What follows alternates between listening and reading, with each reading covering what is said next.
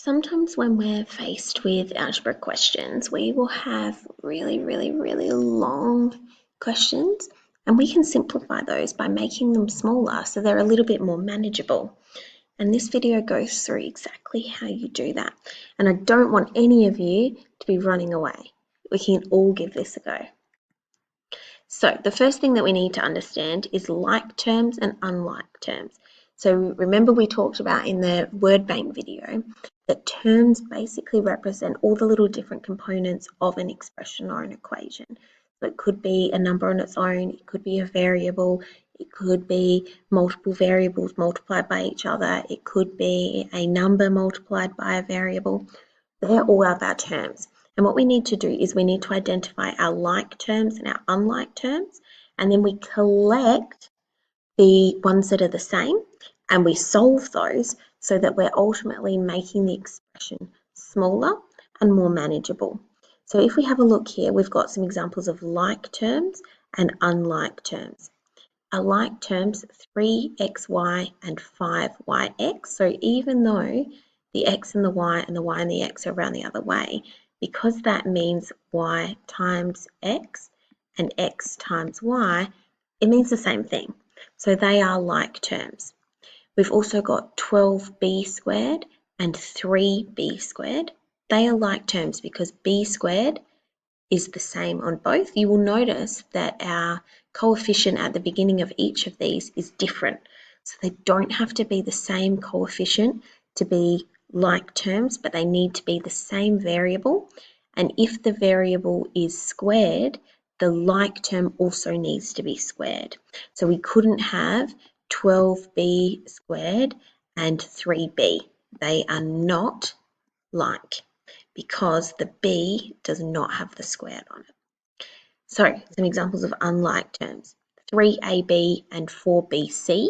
So even though there is b in both, because this one has a and this one has c, they are not like terms. 2ab and 3abc, same thing.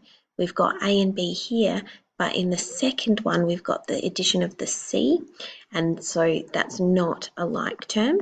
And the last one was the one I just went through, 5c squared and 5c, because this does not have a squared on it, it's not the same, so they are not like terms, they are unlike. How do we actually do it? It's actually really easy.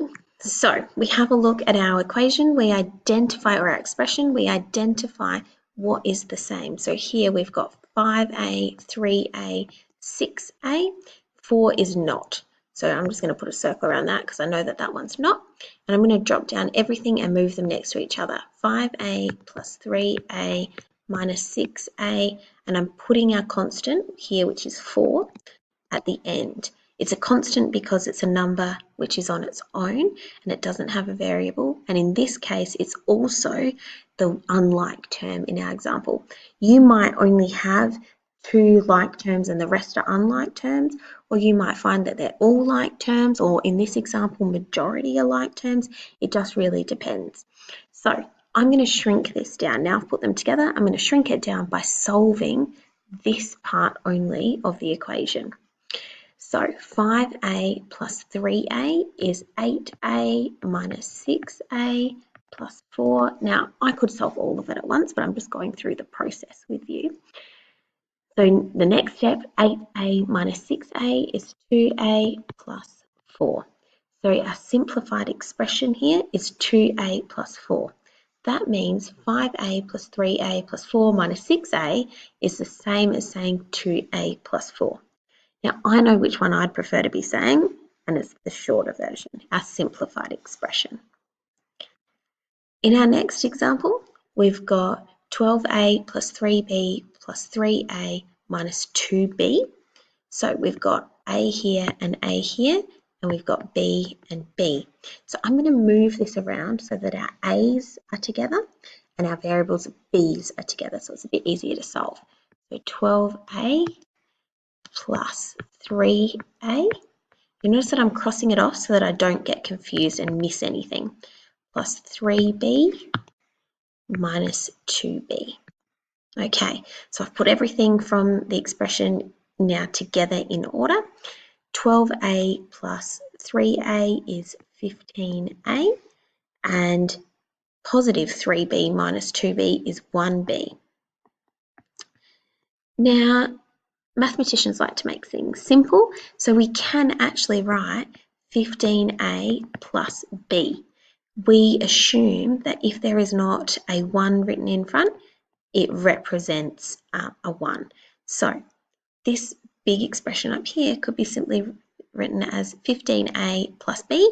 You could also do 15a plus 1b. We're trying to make it as simple as possible so that we drop the 1. We have to keep the 15 in front because otherwise we don't know how many it actually is, because when it's blank like that, we assume that it's a 1.